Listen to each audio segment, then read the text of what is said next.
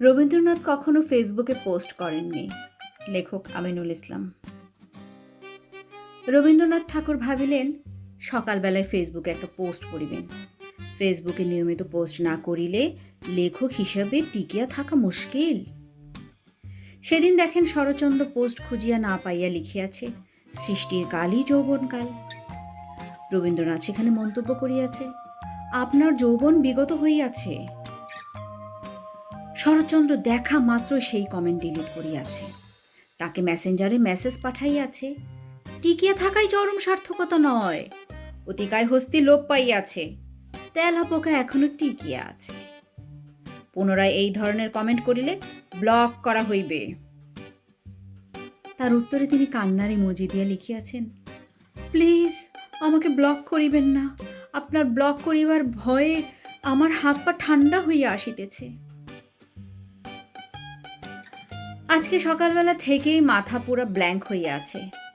পত্নী মৃণালিনী ঘ্যান ঘ্যান করিতেছে, তোমার মোবাইলের ওয়ালপেপারে আমার ছবি দাও, তুমি এখনো কাদম্বরীকে ভুলিতে পারো নাই।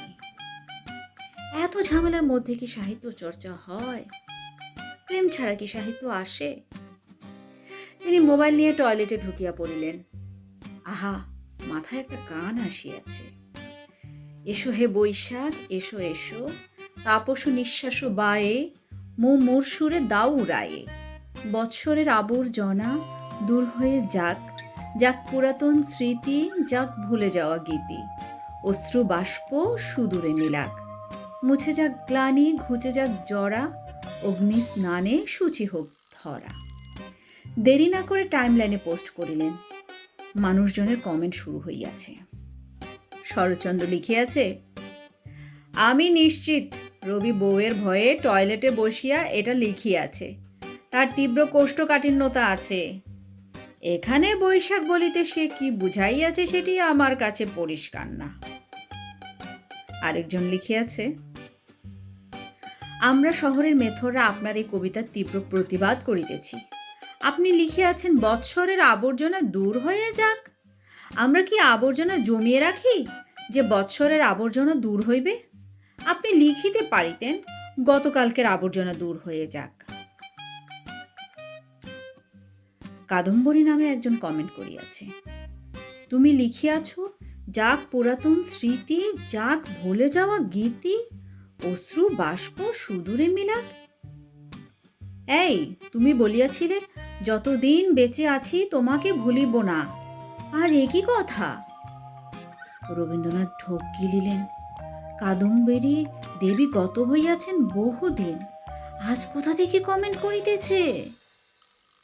রবীন্দ্রনাথের চাচা কমেন্ট করিয়াছে, তোকে এই কারণে ছোটবেলায় এত কোলে নিতুম যে বয়সকালে তুই আমার মুমূর্ষু অবস্থা নিয়ে লিখবি, মুমূর্ষুরে দাও উড়ায়ে।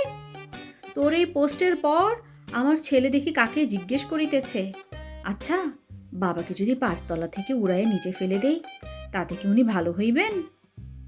দাদা যে ফেসবুকে মাত্র পোস্ট করিল।